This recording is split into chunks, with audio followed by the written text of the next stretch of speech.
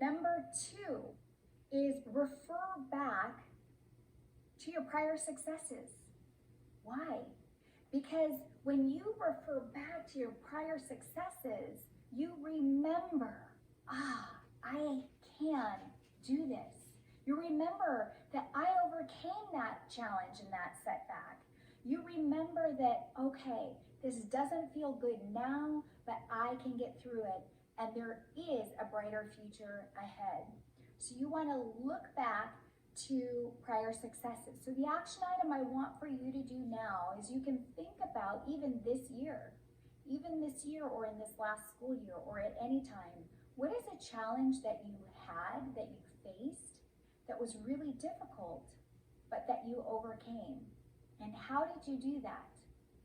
And part of the way you can build this resilience is to draw back on the strength of that and to draw back on the action items of that and bring those action items forward to today.